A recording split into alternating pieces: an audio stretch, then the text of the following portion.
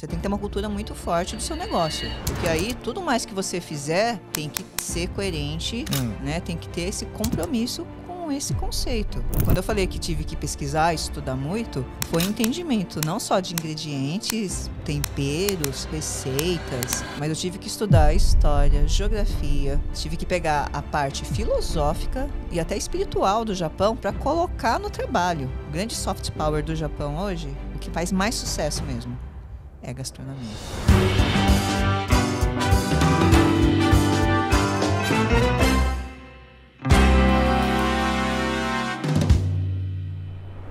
Passando aqui para agradecer o nosso patrocinador, o iFood. Sem o apoio deles, talvez a gente nem conseguiria gravar esse nosso podcast. Grandes parceiros estiveram com a gente no Acelera Food Nation. A gente esteve com eles no iFood Move.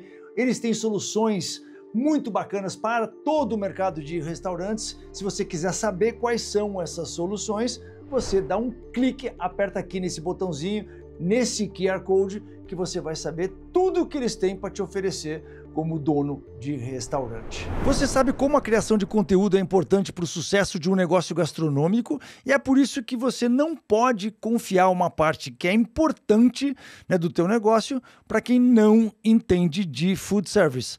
A Supersal é uma agência em marketing que é especializada para restaurantes. Com a estratégia de conteúdo certa, eles fazem bares e restaurantes baterem recordes de vendas. Você já imaginou o teu estabelecimento lotado sendo o lugar mais desejado aí na tua região? Então, se você quer resultados como esse para o teu negócio, acessa aí o QR Code e informa o cupom FFN. E aí você vai receber um diagnóstico gratuito do marketing do teu negócio. Hello! Estamos no Fala Food Nation e quem está aqui comigo, ela não é apenas uma chefe de cozinha, ela é uma mulher. Detalhe, tá? A gente vai falar sobre esse detalhe. Por que eu falo que é um detalhe? Porque ela é uma mulher num ambiente masculino, que é difícil você ser uma mulher, que é um ambiente de restaurante japonês. Mas ela não é só uma chefe, ela é uma pesquisadora, ela é embaixadora da culinária japonesa no Brasil. Ela é uma empresária que, como é que a gente pode falar? Ela redefiniu a percepção que a galera tem aqui no Brasil da tradicional culinária japonesa. Minha mentorada nesse nosso grupo do Food Club, que é o mais forte, é o grupo mais forte de empresários de gastronomia do Brasil. Bem-vinda ao Fala Food Nation, Thelma Shimizu. Tudo bem? Shiraishi. Porque no seu Instagram tá Shiraishi até hoje, tá? Você tem que tirar. Você quer mudar de nome? Tira lá, muda lá no Instagram. Bem-vinda, Thelma. Tudo bom com você? Tudo bem. Que prazer ter você convite aqui no Fala Food Nation. Obrigada, eu que agradeço a oportunidade e o convite de estar aqui. Ô, Thelma, vamos começar logo mandando de cara. Eu nunca vi ninguém ganhar tanto prêmio que nem você. Japonês, não japonês, enfim, na culinária brasileira a gente só vê coisas acumulando, vai acumulando. Desde 2018, 2019, você vem ganhando tudo, né? Você ganhou o melhor chefe do ano, você ganhou o guia da Folha de São Paulo, o melhor restaurante de São Paulo, a primeira mulher na história a receber do guia essa premiação. Por alguns anos, o Aizome foi eleito o melhor restaurante do Brasil. Acho que 3 anos, enfim, não lembro exatamente quantos anos foram, mas foram várias vezes. Pela Folha de São Paulo, pela Veja, pela Prazeres da Mesa, por todas as principais publicações do Brasil. Então você venceu esses prêmios máximos. E além disso, o Japão te nomeou. É o que? Um ministério? Lá não sei o que você vai explicar já isso. Como embaixadora da culinária japonesa aqui no Brasil. Por isso que você vive passeando lá pelo Japão e trazendo as coisas. Você foi a primeira brasileira agraciada com esse título. Sim, a primeira brasileira, a 4ª mulher, a primeira chefe mesmo de cozinha com um restaurante, né, que era da área, porque as 3 mulheres anteriores, além de serem japonesas, elas eram estudiosas ou de outras áreas, mas não de restaurante. Então, foi algo inédito, porque até então a maioria dos embaixadores designados eram japoneses e poucos estrangeiros. É muito louco essa sua história, né? E essas premiações que você teve, a jornada, né? O caminho do Aizome. É muito louco isso. Você ia ser conheço bem a sua história. Você ia ser médica. Sim. Aí você estudou para isso. Aí depois você resolveu falar, não, a medicina não está com nada, eu vou para moda. Aí você teve uma trilha no mercado de moda. Dizem as más línguas que você chegou a compartilhar até o quarto na época da Gisele Bündchen, que ela era que ela ainda não era Gisele Bündchen. Nessa época ela estava em ascensão. Sua roommate. Yes. E o que te levou a essa vida louca de querer abrir um restaurante? Quer dizer, você tá médica, moda, restaurante, não tem nada a ver uma coisa com outra. Parece que não. Não, então aí depois a gente vai discutir até o que você trouxe desses mercados Tudo para o restaurante. Mas me conta um pouco da sua mentalidade, da sua cabeça nessa época. Essa época que não faz tanto tempo assim, porque você não é uma coroa, que nem eu. Essa época nós estamos falando há pouco tempo, vai. Acho que os orientais enganam. Acho que a gente tem quase a mesma idade, mas vamos lá. Duvido. Mas vamos lá, não vou te perguntar a idade aqui, mas eu duvido. Me conta, como que foi essa passagem? Resume pra gente essa jornada de médica, moda, culinária. Na verdade, eu acho que eu sou uma pessoa muito de interesses múltiplos, né? Desde pequena, sempre fui muito curiosa e acho que a palavra-chave é sempre ter sido autodidata. E quando eu me interessava por algo, eu sempre fui atrás. Era rata de biblioteca, ficava infernizando os professores, me inscrevia nos cursos. Eu acho que eu dormi muito pouco quando era criança, adolescente, porque eu passava a noite lendo. Eu adorava ler, adoro até hoje, né? Minha paixão, maior paixão mesmo, são livros. E eu acho que foi essa jornada mesmo, né? Você foi descobrindo novas coisas através do autodidatismo e foi chegando nessas outras atividades. E é muito sempre questão de foco, né? Se você está em alguma trilha, se eu tenho algum interesse, eu sempre fui muito fundo nas coisas. Nunca me contentei a ter algo superficial e sempre muito de me desafiar. Uhum. É uma coisa que eu aprendi muito nessa vida. É a gente nunca colocar a régua pelos outros, né? Ou fora da gente. Mas a régua sempre tem que estar dentro da gente. Uhum. E sempre querer se superar.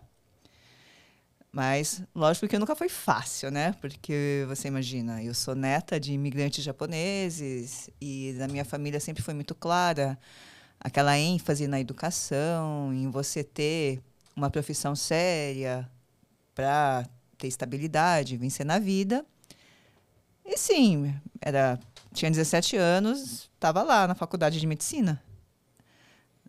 Não tem nenhum médico na sua família? Você foi porque não tem médico, né? E aos 17 anos eu estava matriculada na escola de medicina da USP, vindo do interior ainda, detalhe. Né? E só que aí chega no terceiro ano, começa a ir para o hospital, eu percebi, não tenho vocação para ser médica. Tem toda uma parte meio artista em mim, né? Que você começou a se deparar com a realidade médica de doenças, de coisas, e aquilo não te animou muito. No terceiro ano, a gente começa a ir para o Hospital das Clínicas. E é onde você tem um choque de realidade, onde você vê o pior da miséria, da dor e do sofrimento humano. Aquilo foi muito pesado para mim. E aí eu ainda tentei ir para a área que eu gosto, né? Pesquisa, estudar. A USP estava começando um programa para a formação de cientistas multidisciplinares. Eu ainda fiquei 1 ano no programa de ciências moleculares. Fiz parte da 2ª turma. Mas também achei muito chato. Acho que eu sempre sou muito inquieta, né? Eu gosto de ver coisas diferentes. Talvez tenha um perfil até meio explorador. Eu gosto de descobrir coisas, aprender coisas. E aí tentei publicidade, também não foi muito minha cara. Naquela época, todo mundo tinha o sonho de ser um grande publicitário. A gente tinha as grandes agências, né? E todo mundo queria descobrir o jargão da moda, né? Um jingle que ia virar chiclete. Mas também não me animei muito. E estava começando a moda no Brasil. E aí fui fazer faculdade de moda no 2º ano. Você foi fazer faculdade ainda? Sim, eu sempre tive muito isso de gostar de estudar, né? E até então, na minha época, você tinha que ter um diploma, você tinha que estudar, você tinha que seguir. Acho que até hoje, né? Ainda é Sim. importante, está sendo cada vez menos importante, mas ainda é, né? Ainda é. Não é garantia de nada. Não é. Mas te dá a base, te abre os caminhos, te mostra, né? Quais são as bases que você precisa. E, de repente, eu estava trabalhando na área, surfei junto aí à grande onda da moda no Brasil, onde você tinha uma indústria têxtil poderosa, ainda é, mas não como não foi naquela época, né? Quando surgiu a grande geração dos estilistas, você tinha os desfiles de moda, a gente viu nascer São Paulo Fashion Week. Aquela época, que data que era? Que ano que era isso? Mais de 30 anos atrás. Estamos falando em 95? Por aí, 90, 95, por aí. E sim, tem essas histórias, né? Eu era assistente de estilo do Fauzi Hatten, que foi um dos grandes estilistas dessa geração. A gente tinha uma vida louca de desfiles, coleções, desenho, muito criativo, né? Desbravando um novo universo. E, sim, o primeiro desfile fora do Brasil, da Gisele Bündchen, foi com a gente, em Punta del Este. E é verdade essa história que você dividia um quarto com ela? Sim, a gente era roommate, né, lá nesse hotel em Punta del Este. Que legal. Mas as pessoas já sabiam que ela ia estourar. No mês seguinte, ela já ia para Nova York. Aí o resto é história. Né? E como foi essa migração para a culinária? Não foi assim, não. Na verdade, em casa a gente sempre gostou de cozinhar. Né, eu tinha... não foi uma migração, você já vinha se dedicando a isso? Era hobby, sempre foi hobby. Sabe aquela velha história? Eu gosto de cozinhar, vou abrir restaurante? Não foi bem a minha história, mas vamos lá. Tinha uma avó que sempre cozinhou muito bem. A outra não gostava de cozinhar, fugia. Ela gostava muito de ler e escrever. Então, acho que eu tenho um pouco das duas. Meus pais sempre gostaram de cozinhar, gostavam de receber. Aliás, minha mãe cozinha de mão cheia, mas foi com meu pai que eu aprendi a ir à feira, ao mercado, escolher fruta, verdura. Ele sabia o nome de todos os bichos, todas as plantas. E ele cozinhava mesmo? E ele cozinhava mesmo também. Comida japonesa? Tudo, né? A gente, como uma família de descendentes, é uma mistureba na mesa. É sashimi com churrasco, sushi feijoada. com feijoada. Exatamente. E o dia a dia é você comer feijão, só que em vez de ser com arroz agulhinha, soltinho, é com arroz branco japonês, com gohan. Que legal. Então, feijoada com gohan. Feijoada com gohan, que é a melhor coisa, porque na verdade o gohan ele não tem tempero, ele não tem sal. E ele tem um sabor próprio, que na verdade ele emoldura tudo que você come, ele ressalta todos os sabores do que está acompanhando. Então a feijoada, que é bem temperada, é salgada... Nossa, juro, ela combina com gohan. É a melhor coisa com gohan. Nossa, que interessante. Dá até para fazer um bowl de gohan. Como é que chama aquele prato? É tirashi, né? Que chama? Tem o tirashi, tem o donburi, né? Que é uma tigela com gohan. Com gohan e dá para fazer uma feijoada coisas em cima. Nossa, deve ficar uma delícia. Com farofa e vinagrete, lógico, né? Eu nunca comi, mas deve ficar bom mesmo. Mas sim, é a melhor coisa. E assim, eu deixei a moda, porque tive as minhas filhas, casei. Tenho 2 filhas que são adultas já. E, na verdade, eu passei 10 anos, praticamente, como dona de casa e mãe de família. Dedicada ali. Entendi. E... Nasceu seus filhos e você falou assim, vou me dedicar a isso. Essa vai ser minha função. Sim, fiquei um tempo em casa. Eu tive o E privilégio... aí você ficou de saco cheio e falou assim, deu a louca, eu vou abrir um restaurante. Tive o privilégio de poder acompanhar a primeira infância das minhas filhas. Era uma mãe super dedicada. Tanto que... as pessoas não acreditam quando eu falo isso. Mas eu aprendi a cozinhar volume, a fazer grandes eventos cozinhando, porque elas eram escoteiras e a gente tinha as festas de arrecadação. Por incrível que pareça, dentro da comunidade japonesa, o escotismo é muito forte. Sim. Talvez essa cultura, né, de comunidade, de estar junto, né? Então funciona muito bem os escoteiros para eles. E as minhas filhas eram escoteiras, uma boa parte da infância, da adolescência, e a gente ia lá cozinhar. Então, cozinhar para milhares de pessoas. Foi ali que eu aprendi a cozinhar. Nossa, que legal.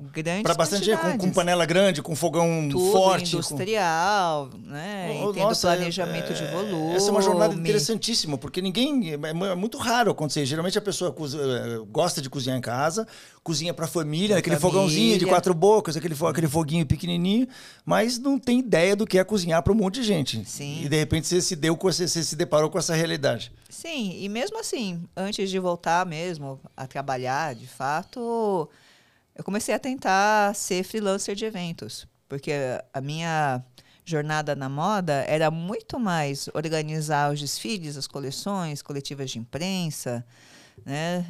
E uma parte só que era criativo, de desenho, né? De fazer. Era boa parte, era função mesmo. Era a função de estar organizando os eventos. Então, eu comecei a organizar os eventos e as pessoas começaram a pedir, não só para fazer essa parte de organização, mas para cozinhar. Porque eu já tinha fama de ser uma cozinheira de mão cheia também. Eu recebia muito em casa, 20, 30, 40 pessoas, né? Às vezes, no salão de festas. Comecei a fazer isso aos poucos. Até que uma parente do meu ex-marido tinha aberto um restaurante, tinha um sonho de ter algo na linha do Nobu, que estava fazendo sucesso na época em Nova York. Quis abrir algo parecido aqui no Brasil. Qual que era a linha do Nobu? Era um japonês mais moderno. E foi também quando começou essa onda dos restaurantes japoneses aqui em São Paulo. Você tinha todos aqueles restaurantes tradicionais, principalmente no bairro da Liberdade, mas que às vezes ficavam muito mais restritos à comunidade. E aí, quando começou a vir essa moda de restaurantes japoneses dos Estados Unidos, foi que começou a moda do sushi aqui no Brasil. Por isso que os brasileiros entendem que comida japonesa, na verdade, é sushi, e principalmente sushi de salmão com cream cheese, então, mas essa moda, maionese, hot roll. Uma curiosidade, então, essa moda veio dos Estados Unidos, então? Veio dos Estados Unidos. Porque você imagina, a gente tem a maior comunidade japonesa fora do Japão. A gente tem muitos imigrantes japoneses que vieram e eles, com certeza, trouxeram, né, junto com eles as receitas, os sabores, né?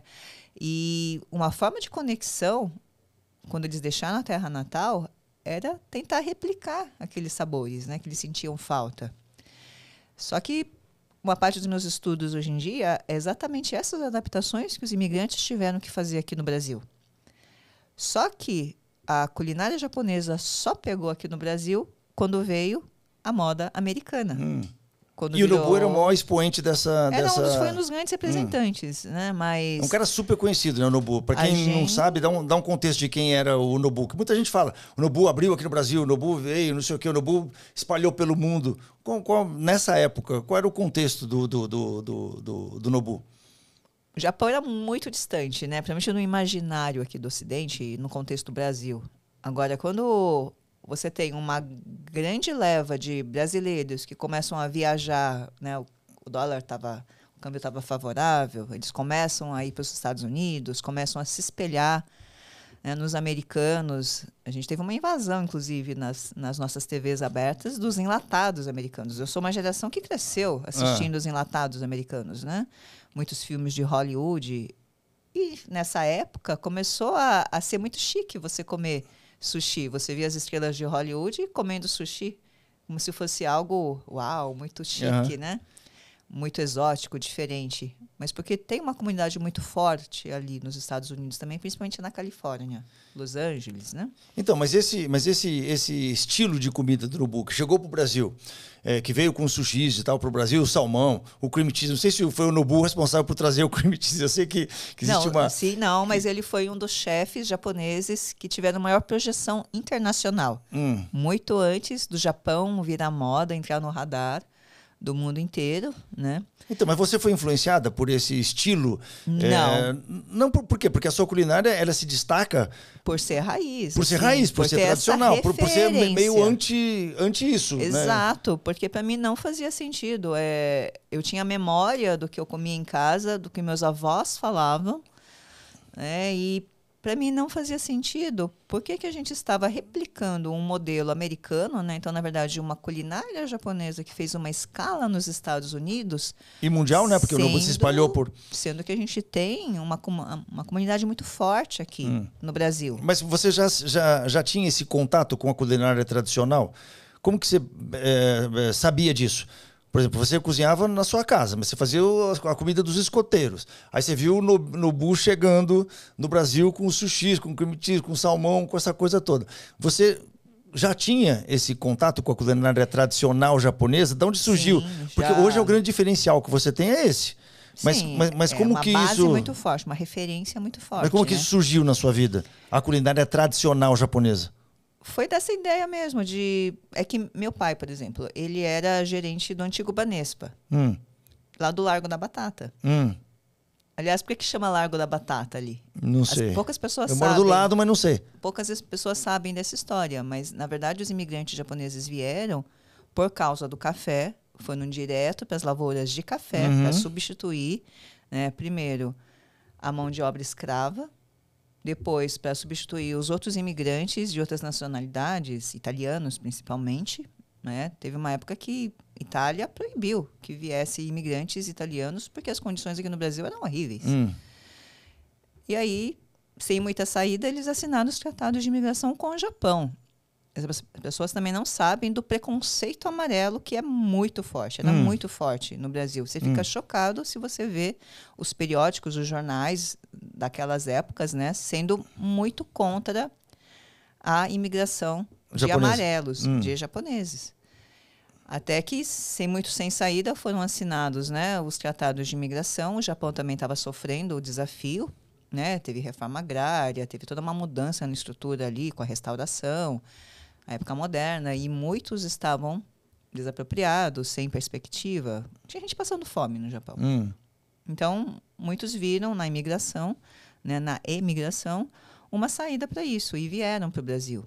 Foram direto para as lavouras de café. Toda aquela história de superação, não só na história de imigrante japonês, mas de todos os imigrantes que vêm. Mas você diz que tinha um preconceito específico contra o que você chama de preconceito amarelo, né? Tinha um preconceito muito forte. Mas e o Lago da Batata? Então, aí os japoneses eles saíram dos campos de café e foram começar a fazer outros cultivos, principalmente dos produtos que eles sentiam falta, né, que eles costumavam consumir no Japão, muitas verduras, frutas. E a batata é um cultivo fácil, na verdade, mas antigamente você não tinha tanta batata aqui no Brasil. Eles começaram a se dedicar ao cultivo de batata, cebola, verduras, frutas. Tem o cinturão verde aqui, ao redor de São Paulo, né? E eles iam comercializar ali. Chegavam ali, muitas vezes eram enganados. Então o Lago da Batata era tipo um reduto japonês. Era para comercializar de comerciantes dos produtos desse cinturão verde em volta de São Paulo. Exato. E eles eram enganados nessas negociações, primeiro por falar pouco a língua, e assim, né? Queira ou não, os japoneses eles têm um perfil, né, de ser mais confiáveis, honestos, e eles eram muito... passavam muito a perna nessas negociações. Até que eles criaram, então, a Cooperativa Agrícola de Cotia. Um dos grandes legados dos imigrantes japoneses foi... Nem tem mais, tem isso ainda? Não, acho que acabou, né? Nunca mais escutei falar da... Mas as minhas Era filhas, gigante. Mas as minhas filhas eram escoteiras no clube que foi legado da Cooperativa Agrícola de Cotia. A CAC, exatamente. Tá, mas e o que... Vamos só voltar ao tema. O que isso... Eu entendi. A migração, tinha o japonês... Aí você falou assim... Meu pai era gerente ali do Banespa no Largo da Batata. Então... Ele era super raiz, digamos assim, o seu pai. Então a gente frequentava ali. Pinheiros era um grande reduto por causa da Cooperativa Agrícola de Cotia, por causa do Largo da Batata. Tinha o antigo Yaohan, que foi um grande empório de vários andares ali em Pinheiros, japonês. Né? Você subia, tinha um grande restaurante lindo. Era na Fernão Dias? Era ali, tudo por ali. Era um empório grande, com vários andares. Nossa, eu lembro disso. A gente ia todo final de semana lá, ia para o mercado de Pinheiros. Aquilo era lindo. Graças a Deus, hoje teve a revitalização. Né? Mas eu cresci nesse contexto. E a liberdade, lógico. E eu via a minha avó cozinhando, e uma vez ela estava emocionada, porque tinha conseguido nori. numa época que era muito difícil você conseguir aquela alguinha, né? japoneses, porque ela fazia sushi enrolado, né, para servir para a família. E na falta da alga nori, ou que era difícil de conseguir ou porque era cara, ela enrolava em acelga, em folha de mostarda, que ela curtia no sal, fazia uma omelete fininha para enrolar o sushi. Então eu cresci com todas essas referências. E essas referências eram o Japão original? Sim, que eles trouxeram ou que vinham direto do Japão. Os seus avós eram originais do Japão, eram oriundos do Japão. Sim. E a ideia do Aizome, então, inicial, o Aizome é de quando? De 2007. Então, a ideia do Aizome de abrir um restaurante era já essa ideia de resgatar a tradicional culinária japonesa. Então, era um restaurante para japoneses. Era um restaurante para japoneses. Eu lembro muito, porque eu frequento o Aizome há muitos anos. E eu lembro que eu sentava naquele balcãozinho, provavelmente nessa época, 2009, 10, por aí. Sim. Eu lembro que a gente ia, eu adorava, frequentei muito, mas muito, o menu degustação ali no sushi bar, e só tinha, eu gostava por causa disso, porque só tinha japonês, os caras falando japonês, eu falava assim, cara, finalmente a gente está no Japão, a gente está num restaurante japonês original e não o sushi com cream cheese. Você, dono de restaurante, está perdido entre as contas do seu negócio? Não consegue contratar bons funcionários? Talvez esse seja o fim do seu restaurante. Mas calma que... Tem uma dica para você. A gente faz uma sessão estratégica com os nossos especialistas para analisar o teu negócio e ver se tem oportunidades de melhoria. E pasme, isso é gratuito. E se você tiver interesse, clica no link que está na descrição desse vídeo. Fechou? Então, Thelma, isso quer dizer o quê? Que você se recusa a vender salmão? É isso no seu restaurante? Não tenho nada contra salmão, não me entendam mal. Nem contra o salmão do Chile, esse que vem processado, que a gente sabe que tem a comidinha deles lá, como se fosse um peixe de aquário. Nem esse você tem preconceito? Vamos lá. Meio preconceito com esse. Vamos lá.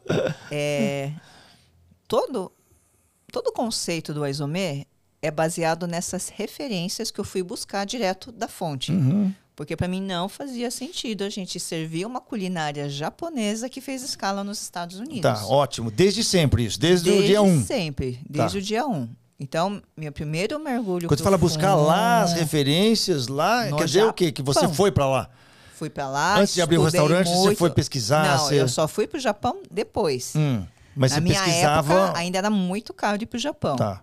Meus avós foram um dos poucos, né, dos dois lados, foram um dos poucos da geração de imigrantes que tiveram condições, os filhos fizeram vaquinha, bancaram, realizaram um sonho de, pelo menos uma vez na vida, retornar para o Japão. Porque essa foi a grande dor dos imigrantes japoneses. Não poder...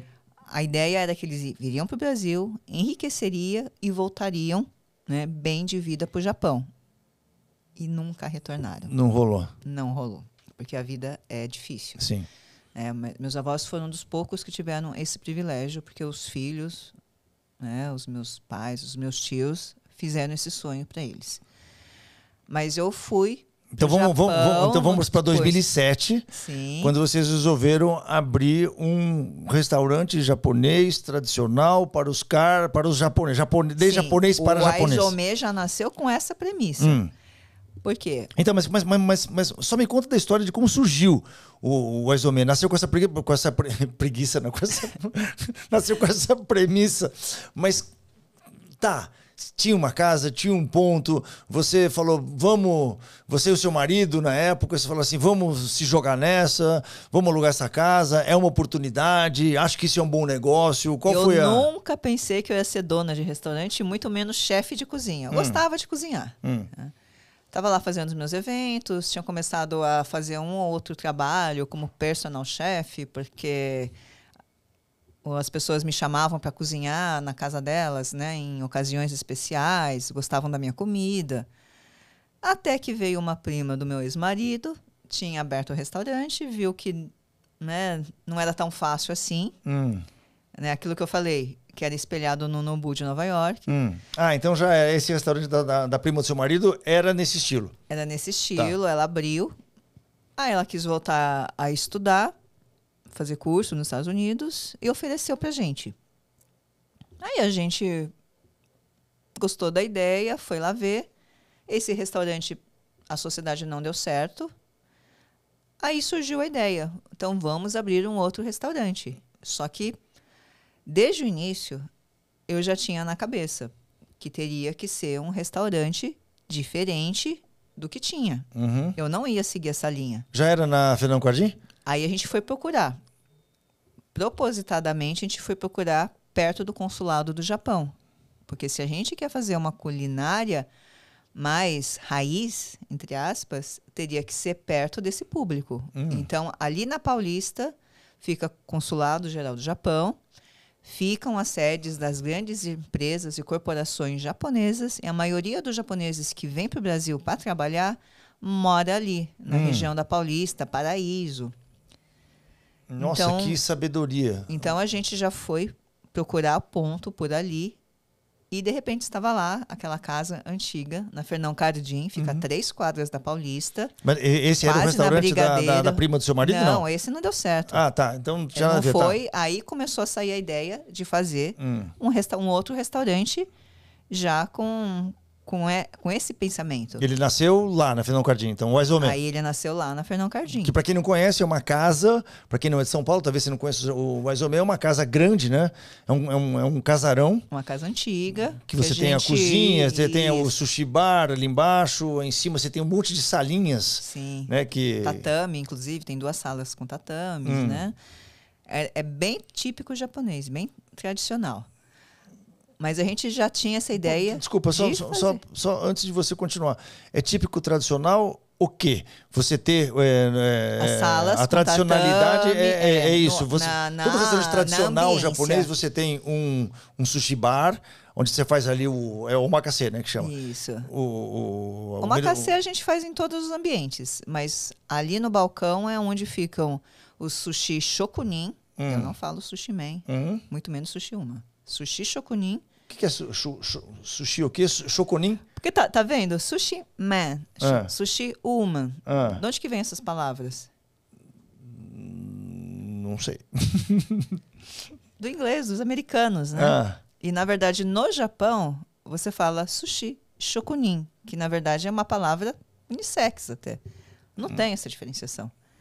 Mas por que eu vou usar o termo americano se tem o termo original em japonês? É sushi shokunin. Tá. Então o sushi shokunin é o sushi man, ou a sushi woman, né? A pessoa que está ali atrás do balcão.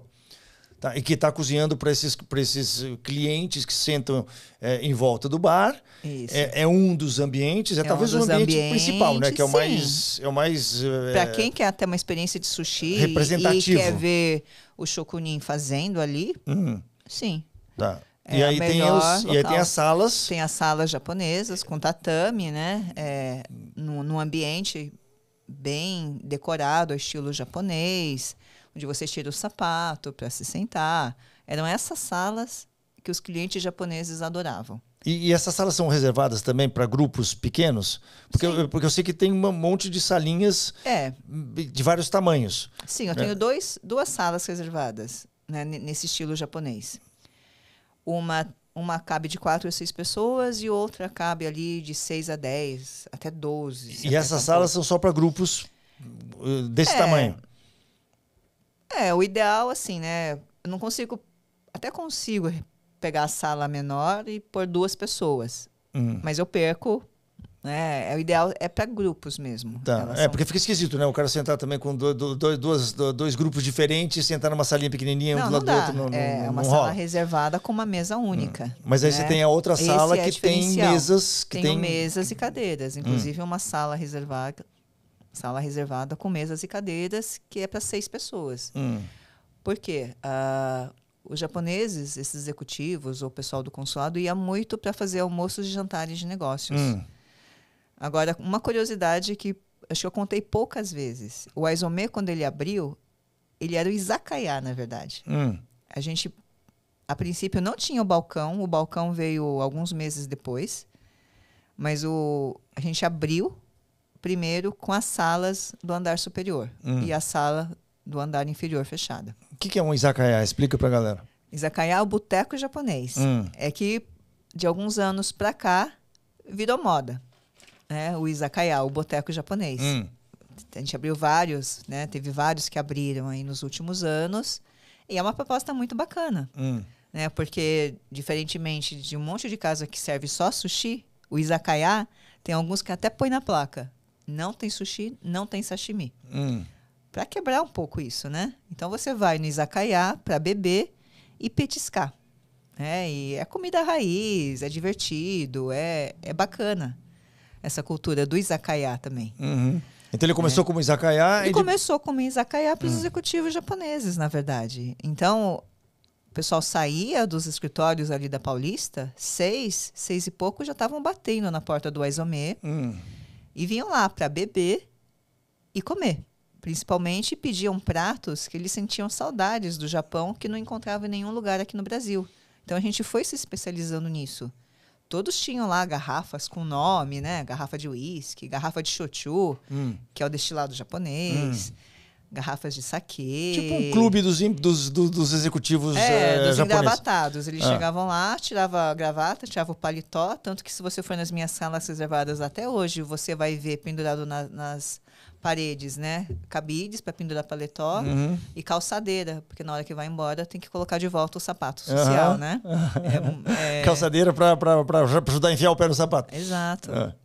Tá, então no começo era o izakaya e aí depois foi se tornando um restaurante clássico com o bar, com os sushi, como é que chama? Sushi shokunin. O shokunin com sushi shokunin. O balcão e em cima os reservados para grupos e a sala para mesas e com mesas e cadeiras. Ele foi se transformando de izakaya num restaurante comum, normal. Mas era você imagina um restaurante que abriu assim, com 30 lugares, depois foi crescendo um pouquinho mais, 40, 50, mas até a pandemia, quando a gente fechou, foi obrigado a fechar, lógico, aí eu pude fazer uma reforma, não tinha placa na porta. Até 2019 a gente não tinha placa na porta. 2020 eu fui pôr placa ali na rua falando Aizome em 2020. A gente só operava com reservas. No início só se falava japonês. E era isso. Era izakaya. Você fala bem japonês? Não falo fluente. E eu entendo, domino todo o jargão técnico culinário de cozinha por causa dos estudos. Mas eu não consigo manter uma conversação fluente em japonês. Você tem que morar lá durante muito tempo, né? Mas isso é muito louco. As pessoas não entendem por que eu não falo japonês. Eu também não entendo. Mas sabe que... Você não falava com sua avó, com seu avô? Não, mas tem motivo. Primeiro, traumas. E eu fui explicar isso e eu faço questão de frisar que eu não falo japonês. Eu sou 3ª geração. Eu sofri muito preconceito, não só por ser mulher, mas também por não ser japonesa. E por um bom tempo foi uma crise de identidade isso. Porque as pessoas olham para mim aqui no Brasil com esses traços, de onde você vem? Ou até coisas piores, né? Ai, volta para sua terra. Ai, você é esquisita, de onde você veio? Você acredita que eu até pedrada na rua eu já levei? Mas por quê? Porque eu morei um tempo no interior e eles nunca tinham visto oriental. Aí era adolescente, outro moleque também. Ela jogou uma pedra. Ai, de onde você veio? Volta de onde você veio. Então você tinha um preconceito, olha que louco. Você tinha um preconceito por ser mulher, por trabalhar numa cozinha num ambiente só de homens, num ambiente de homens japoneses, que ainda deve ser muito mais conservador do que o homem ocidental. Você tinha o preconceito dos japoneses por não ser suficientemente japonesa, por não falar a língua. Por não ser uma japonesa original, e não digamos falar, assim, não né? Ser uma japonesa fake. E você tinha ainda o preconceito dos ocidentais pelo fato de ser uma japonesa, independente se era original ou não. Caraca, é muita coisa. Durante um bom tempo foi uma e isso tudo bem, isso aqui não é um podcast sobre psicologia, mas isso mas isso te afetou de que maneira, assim? Porque hoje, putz, sei lá, você olha pra você e fala, embaixadora, fera, prêmio, eventos, viagem, Japão. É isso que é o louco, porque eu acho que eu sou muito teimosa, porque pelo contrário, é a quando força da guerra. Exato, eu sou movida a desafio. Vem me falar alguma coisa, você não vai conseguir, você não é capaz, você não é suficiente, se eu não vou lá e vou provar o contrário. Isso que eu falo, é foco. Né? De não Mas aceitar. Você sofreu com isso? Lógico que eu sofri. Mas, eu falei, eu poderia ter estudado japonês. Na verdade, a minha segunda língua é inglês. Mas eu tive que explicar, eu tive que falar. Aí começou a mudar a mentalidade dos japoneses. Porque eu estou no Brasil, eu sou 3ª geração. E sabe por que eu não falo japonês? Porque na Segunda Guerra Mundial, quando o Japão virou inimigo do Brasil, os meus avós foram perseguidos. Não podia falar a língua, não podia ter livros. Meus pais também, que estudavam, também sofreram preconceito. A gente teve campo de concentração de japoneses aqui no Brasil. Uma grande parte perdeu negócios, perdeu terras, perdeu casa, perdeu tudo. E é por isso que eu não falo japonês. Tem trauma de guerra que vem dos meus avós e dos meus pais. Tanto que eu fui educada para ser uma excelente aluna na escola brasileira. Minha segunda língua é inglês e o japonês foi aquele falado com os avós, né? Um pouco, eu fiz um pouco alguns cursos básicos de japonês, mas não foi o foco na minha educação. E quando eu falei isso, eles começaram a entender. E perceberam, realmente, a gente não pode chegar aqui na arrogância querendo que ela seja fluente em japonês. E eu fiz isso também, parte da minha identidade. Eu não sou japonesa, mas eu sou descendente. Eu sou nipo-brasileira e honro os meus avós, honro o sacrifício deles, todo esse legado através da minha cozinha. Porque foi a forma que eu encontrei de me expressar. A partir do momento que eu mergulhei na culinária japonesa, eu fiz, sabe, todo esse resgate. Tudo, esse resgate. E eu percebi principalmente a grande responsabilidade que eu tenho. Tanto que faz 2 anos que eu pesquiso sobre a história dos imigrantes japoneses e ano passado eu lancei um manifesto pela valorização e pelo reconhecimento de uma culinária nipo-brasileira. Não é nem japonesa, nem brasileira, mas é algo que só pode acontecer aqui. No Peru, a gente tem a cucina Nikkei. Foi super algo premiado. Muito estabelecido, super premiado. O chefe do Maido é um dos mais premiados do mundo. Por quê? Ele fez esse trabalho todo ele baseado pisou forte na fusão, nesse terreno. Culinária japonesa, só que inserida ali no Peru, com os ingredientes, a cultura e toda a riqueza local. E o chefe do Maido, ele se intitula o quê? Nipo-peruano? Nikkei. Ele fala Nikkei, Nipo-peruano ou Nikkei. Né? Nikkei é um termo geral. Qualquer descendente de japonês é Nikkei.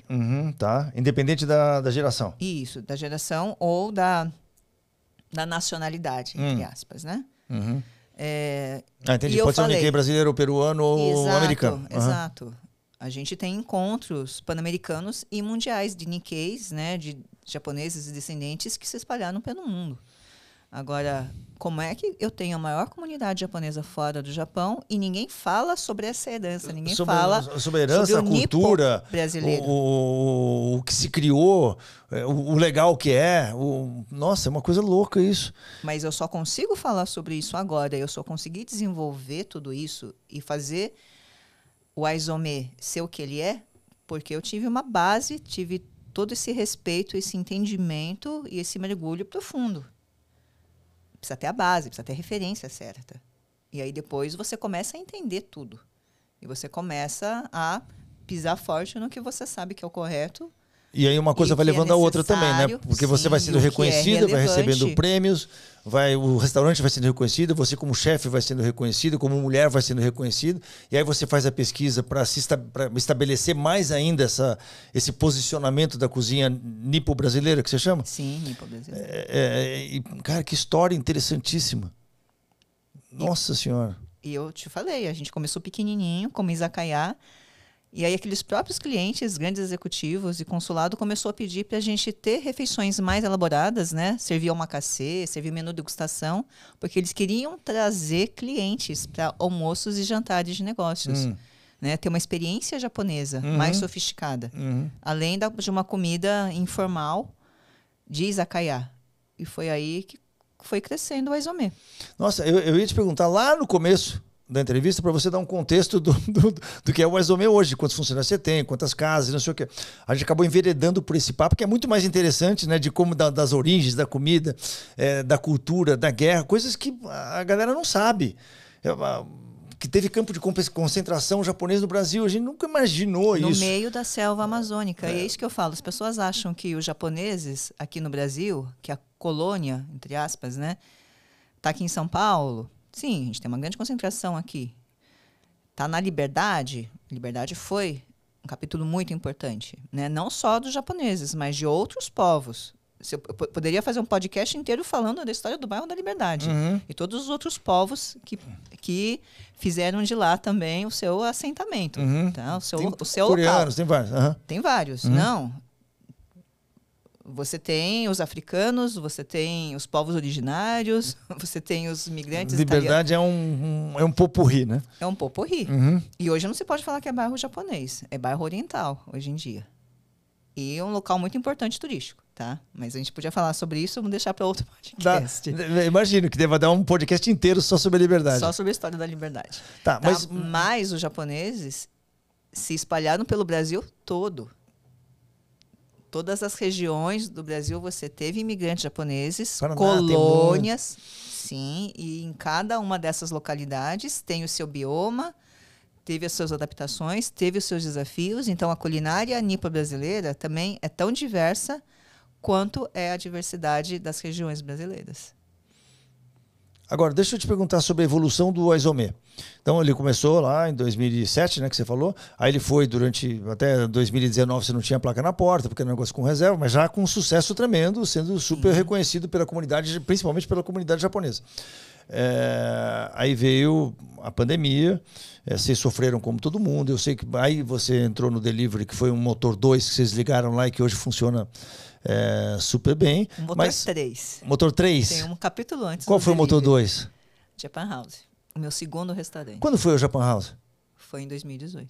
Em 18?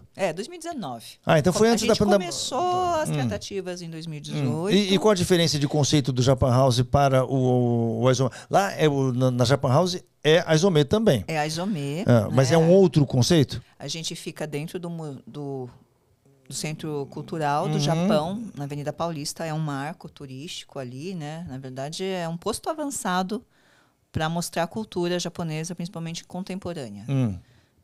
E foi muito importante quando veio o convite. Primeiro, para abrir uma lojinha, um pop-up para vender bentôs, que são as marmitas japonesas. Era só bentô? Era um test drive, né? Digamos. E até que em 2019 veio o convite para a gente abrir o restaurante de fato ali na Japan House. O menu, digamos que as bases são as mesmas do Aizome, só que lá funciona só almoço. Só o almoço, segue os horários, né, da abertura do museu. Então, tinha que ser mais casual e mais rápido. Principalmente se você pensa no contexto de um almoço.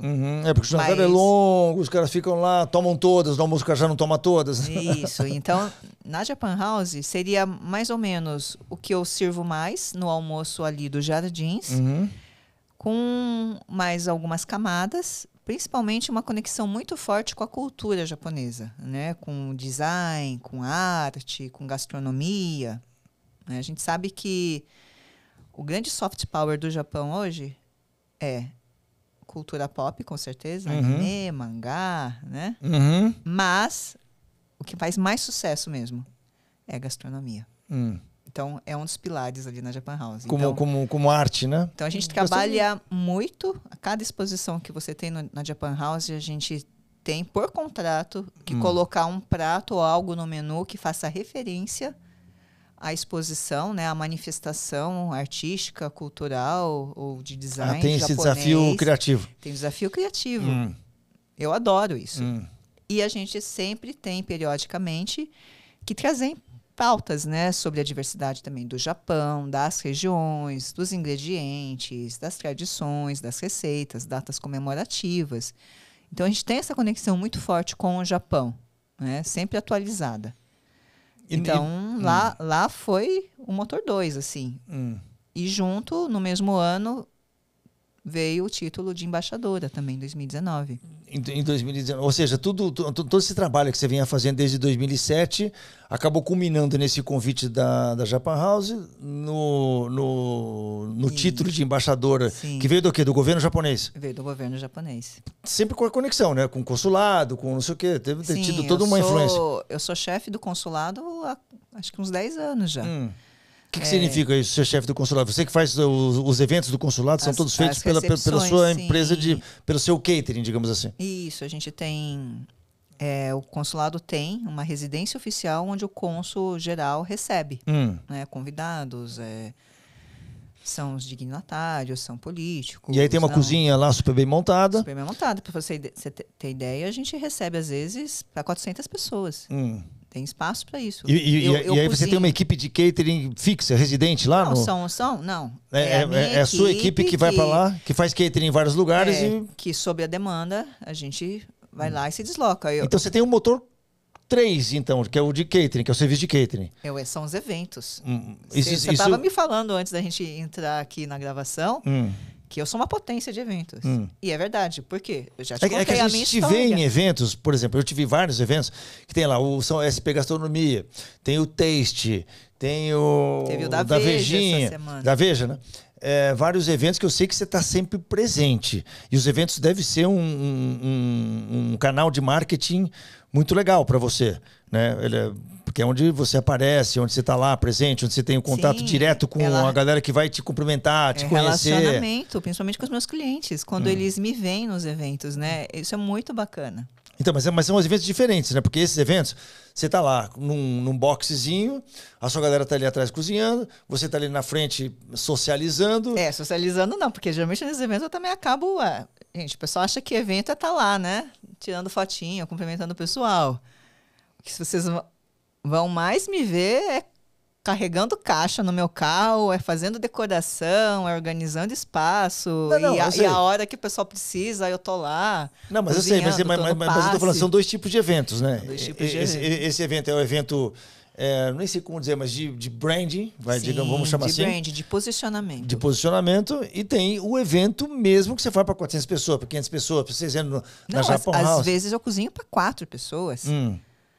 Para 6, para 10. Então é um motorzinho... É um motor de eventos. A gente tem essa flexibilidade, a gente tem essa adaptabilidade. E acho que esse é um dos grandes segredos do Aizome desde o início. Porque tá no meu DNA, né?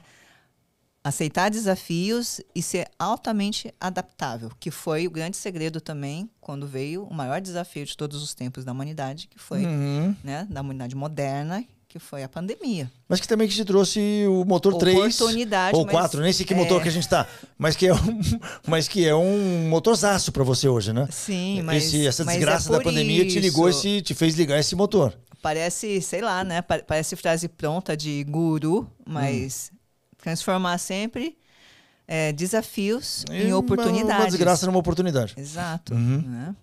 É sempre esse mindset que a gente tem que ter. Então hoje você tem os restaurantes, né? Você tem 2, que são o Aizome Jardins e a Japan House. Aí você tem a unidade de catering. Aí você tem Tem o café. O iFood, o delivery que veio na pandemia. O delivery. E que café é esse? Aí vai fazer mais de 2 anos agora que eu também assumi o café que fica no térreo da Japan House. Aqui é outra unidade. Outra unidade. Que o café que você está fazendo com o Rafa, uns doces maravilhosos, umas coisas... O café é um capítulo à parte. Eu não te contei a história da imigração? Não. O culpado, né, de tantos imigrantes terem vindo para o Brasil foi o café. Os imigrantes japoneses chegaram no Brasil por causa do café. E eu conto essa história na cafeteria que eu abri ali no térreo da Japan House. Então a cafeteria também tem o sentido de se relacionar com essa história que você acabou de contar. A gente tem que contar histórias. Tem uma foto do Lago da Batata lá no café? Não? Não tem. Devia ter. No Lago da Batata não, mas eu falo nas minhas palestras sobre a importância do Lago da Batata. Devia ter uma fotinha do Lago da Batata. Vamos tratar de providenciar como chama a Central Cooperativa Agrícola de Cotia? Também. Não, são histórias muito importantes. E está tudo conectado. Mas o café então é uma outra unidade. É uma outra unidade. Unidade própria, e esse ano eu fiquei muito contente, porque na hora que a gente abriu, a primeira projeção que a gente tinha, hoje eu tripliquei o faturamento do Jura? café. Contra a projeção que você tinha. E o café você serve o quê? Tipo, o latte, o espumão, o quê? Sim, Aquelas coisas de cafeteria normal. Café, um café com uma curadoria, né, de grãos, conceito também na seleção. Eu tenho um especialista que faz isso para mim. Inclusive é o Cauã, do Fora da Lei. Ele faz curador a de café. seleção, ele torra, né? Faz tudo para mim, dá essa consultoria. E trabalho chás japoneses. Chá japonês é um capítulo à parte. Tá? Não tem nada a ver com chás e as infusões que a gente está acostumado a tomar aqui no Brasil, ou que a gente tem como referência de chá. Por quê? Qual a diferença?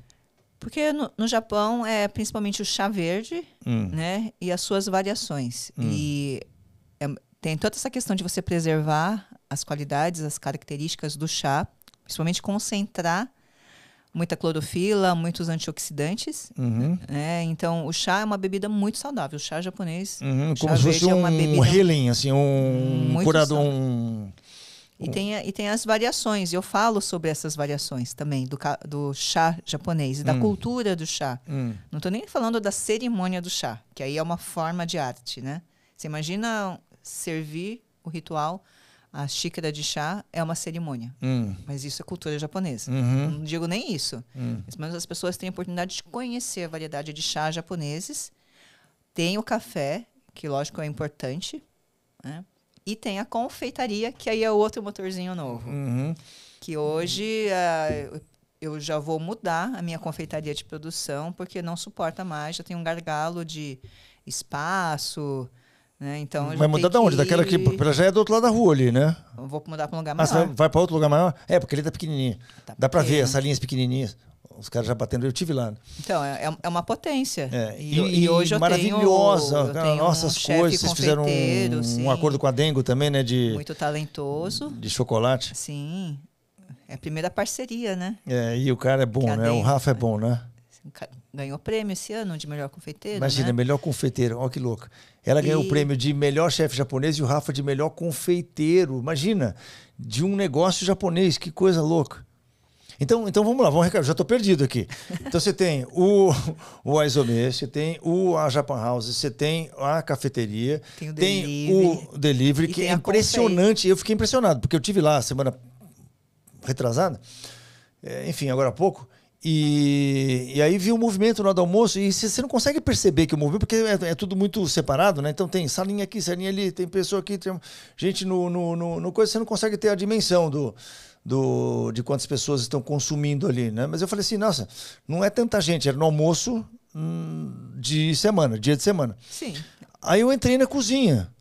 Quando eu entrei na cozinha, eu falei, caraca, isso aqui é uma guerra. É uma guerra. Todo dia é uma guerra. É um monte de gente saindo, pedindo a dar com pau, sacolinha, motoboy, não sei o quê. É uma loucura, é um motor 3 turbinado esse. Então agora você está com esses 4 negócios, digamos assim. Tem os eventos, tem o iFood, sim. Tem o delivery, então são 5, né? São 5, porque eu não tinha nem contado com os eventos. Não, evento é Restaurante muito 1, restaurante 2, café e iFood, são 5. São 5 motorzinhos ligados. E confeitaria, que é outro motorzinho. Alimentando. Confeitaria e café? Ou confeitaria vai ser Não, café é uma coisa. Confeitaria. E a confeitaria é outra, porque a confeitaria alimenta o café, mas alimenta os restaurantes. E no futuro vai alimentar outras coisas. A gente já tem, né? A gente já começou um processo da minha confeitaria fornecer para outros negócios. Ou seja, ser uma fábrica mesmo de confeitaria. Nossa, aí tem que ir para um lugar grande mesmo. Tem todo esse potencial. Nossa, que sensacional, que história. E aí depois tem um novo bebê chegando aí, né? Tem. Que é outro conceito? Sim. É outro, é completamente diferente do Aizome e da Japan House, um novo restaurante? A gente começou, né, com essa diferenciação meio que geográfica. Então tem a Aizome Jardins, que é a casa-mãe.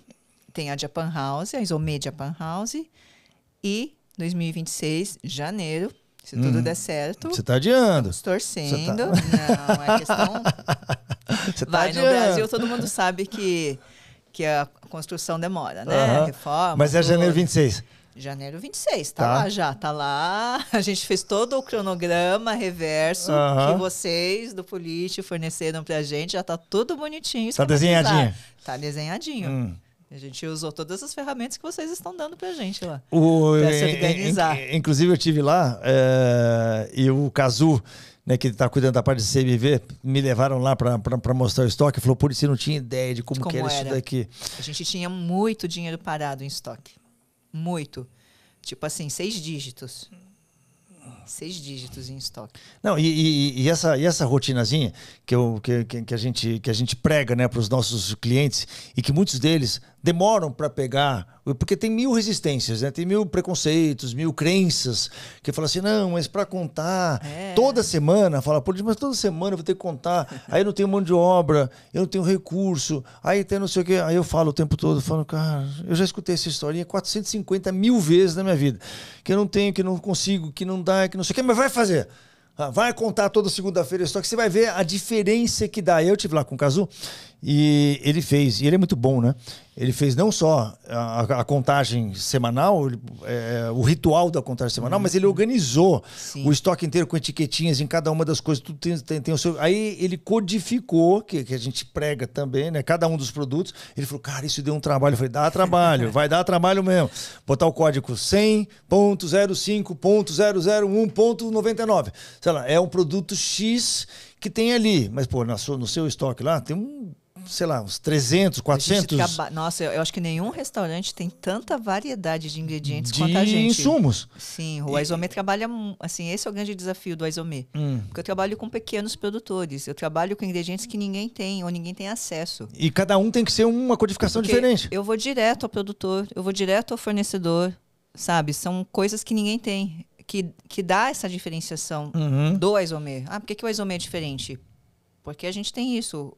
O nosso cliente chega e ele fica, nossa, eu nunca vi isso, nunca experimentei isso. Uau, né? Que diferente. Quais são os diferenciadores? Vamos enumerar, vamos ensinar para esses caras que estão nos escutando aqui alguma coisa sobre marketing / diferenciação. Depois a gente volta para o assunto do CMV, do estoque. CMV, ó, eu vou te dar a dica. Chama aqui o Cazu, chama a Dani, chama a minha assessoria financeira, porque aí sim o papo é com eles, de números. Não, e é legal, mas ele me falou. Ele me falou já a vitória que vocês tiveram em pouco tempo, sei lá. De 40 foi para 30 e teve mês que a gente bateu 28.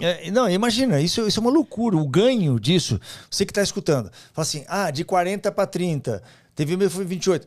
Faz as contas aí. Eu não vamos abrir aqui o faturamento total, que deve ser muito, tá? Eu imagino que seja muito pelo que ela está falando aqui. Vai ser maior ainda com o novo restaurante. Mas faz a conta. Pega R$1 milhãozinho que seja, tá? Cara, 10% dá R$100 mil de ganho. Então, e muita gente, muitas vezes a pessoa não sabe que nem se falou que você tem lá uma mina de ouro parada. As pessoas não consideram que isso é um banco. Né, que você tem um banco ali. Tinha um banco no estoque, eu tinha um banco de perda, né, do CMV. E que de repente você tem lá uma possibilidade de ganhar R$100 mil. Se você fatura R$1 milhão, faz a conta de quanto você está faturando o seu negócio. Não, se eu faturar 500 mil, 10%, dá 50 mil todos os meses. R$1 milhão, dá 100 mil todos os meses. É muita grana. Então, quando o cara me fala isso, tipo assim, tô com preguicinha. Eu não tenho mão de obra. Não tenho recurso. Não tenho tempo. Mas não tenho ninguém para fazer esse negócio. Cara, para economizar R$100 mil num mês, você não tem recurso, você não tem tempo? Então você está vacilando. É investimento. Mas enfim, vamos chamar a Dani, vamos chamar o Cazu, vamos fazer uma festa com eles aqui para eles explicarem como é que eles fizeram com a nossa orientação. Exato. Essa mágica. Todos os processos, o passo a passo. Mas vamos falar sobre... Como? Ferramentas. Ferramentas. Né? A gente vai falar sobre... Eu quero falar com você sobre ferramentas também. Mas antes disso, vamos elencar, porque eu acho que é interessante, isso é uma lição de marketing aqui. Os diferenciais do Aizomê. Quais são os principais diferenciais na sua visão? Primeiro, o mais importante de tudo, porque as pessoas não entendem por que o Aizomê é o que é. Bom, primeiro a gente... Culinária tradicional. A gente eu defini desde o início, muito fortemente, qual que ia ser o nosso conceito. E não abrir mão disso. Vamos chamar a culinária tradicional. Esse é o conceito. Fui apedrejada muitas vezes, né? Mas ficou. O cliente entrava lá, nossa, não tem salmão, não tem hot roll? Ah, mas eu só como com cream cheese. Não tem. So sorry. Né? E tinha cliente que saía bravo do restaurante. Né? Ah, mas você não... que sushi é esse? Isso não é sushi. Não, gente, isso é sushi tradicional. Depois a gente vai falar sobre isso quando falar a questão de salmão, que eu não tenho nada contra. De novo, frisando. Não, a gente pode até falar, porque, por exemplo, o segundo ingrediente, né, o segundo fator de diferenciação que você acabou de trazer aqui, quando a gente falou do estoque, que você tem coisinhas minúsculas que você pega de um produtor, de uma... não sei o que. Isso também acho que é um grande diferencial do seu negócio, né? Os ingredientes e a sazonalidade. Curadoria. Então, mas mais importante... Vamos chamar de curadoria dos insumos? Podemos chamar assim? Podemos chamar assim, mas primeiro, conceito.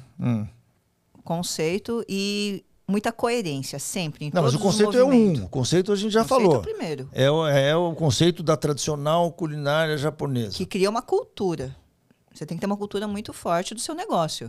Porque aí, tudo mais que você fizer tem que ser coerente, né? Tem que ter esse compromisso com esse conceito. Então, essa cultura tem que ser muito forte. Tá, fala mais sobre cultura. Como que você consegue... Eu estou notando cultura como o terceiro diferencial. É como se fosse uma sala de aula isso aqui, tá? Então, a gente está falando que a cultura é o terceiro ponto de diferencial. E é legal, porque a cultura deveria ser um fator de diferencial para todo mundo que tem um negócio gastronômico, você concorda? É que, para mim, tá na cara. É cultura japonesa. Só que não é só isso. Né? Quando eu falei que tive que pesquisar, estudar muito, foi entendimento não só de ingredientes, temperos, receitas... preparações, mas eu tive que estudar história, geografia do Japão, tradições, tive que pegar a parte filosófica e até espiritual do Japão para colocar no trabalho, porque a gente fala muito sobre não desperdício, aproveitamento integral de alimento, isso é intrínseco da culinária japonesa. Eu não entendo restaurantes, negócios que falam que é fiel, é tradicional, né? A cultura japonesa, que tem admiração. Mas não liga para essas coisas. E joga um monte de coisa fora, muito desperdício. É falta de respeito com o alimento. Então, mas deixa eu te perguntar uma coisa. A cultura, só pra gente, antes da gente ir pro quarto, que você já tá indo pro quarto. Não, mas tá tudo no mesmo chapéu. O quarto você tá falando do desperdício, do aproveitamento integral, acho que é outra coisa. Não, tá no chapéu da cultura. Então, do calma. Como que você falou, eu estudei isso, pesquisei, fui pro Japão, como que você faz? Quantos funcionários você tem hoje? Hoje tenho 100, 120. Tá, como que você faz? Vai chegar, sei lá, 150. Como que você faz para trazer para baixo? Porque não é você. Você vai lá, pesquisa, descobre o negócio todo, faz a cultura, é embaixadora do negócio, criou o conceito. Como que você faz para descer essa cultura para baixo? Quais são as ferramentas, os instrumentos? É no gogó? É na conversa? Tem alguma coisa formalizada? Tem texto? Tem livro? Tem texto, obrigatoriedade? Tem rotina? Tem ritual? Como que faz? Toda pessoa que chega no Exomê recebe o livrinho. O novo funcionário? Sim, a gente tem um livrinho. Tem um livrinho vermelho lá? Por mais que, né, assim... Toda empresa faz, né? Missão, visão, valores, propósito. Eu tenho também o meu caderninho. Só que os termos não são os ocidentais, são os valores japoneses. Então eu falo de Kodawari, falo de Motainai, falo de Kaizen. Kaizen todo mundo já ouviu falar, né? Melhoria contínua. Então, Kaizen, né? Mas você fala de que maneira? A gente fala, você recebe cada funcionário que chega ali, você vai lá e faz uma palestra para ele e fala, ô fulano, vou te falar, ou não, qual que é o sistema que você usa para botar essa cultura para baixo? Tem o livrinho, né? E o ideal, tá? Porque não vou falar que a gente consegue 100%, mas o ideal, a gente tenta fazer isso para todo mundo que chega. Né? Os meus próprios colaboradores vão lá e explicam, fazem, e a gente tem o que chama hoje de minuto cultura. Né? Periodicamente a gente reúne a equipe e vai repassando, né? Todos esses códigos, né? Deu um problema ali de comportamento, então nesse Minuto Cultura vamos reforçar, né? Dentro Cita que deu esse problema, reforça o comportamento do nosso código, né? Dentro... E isso tá claríssimo para todo mundo que trabalha lá? Você sente que a galera é engajada com essa cultura que você Eu acho que é um dos fatores das pessoas procurarem o Aizomê.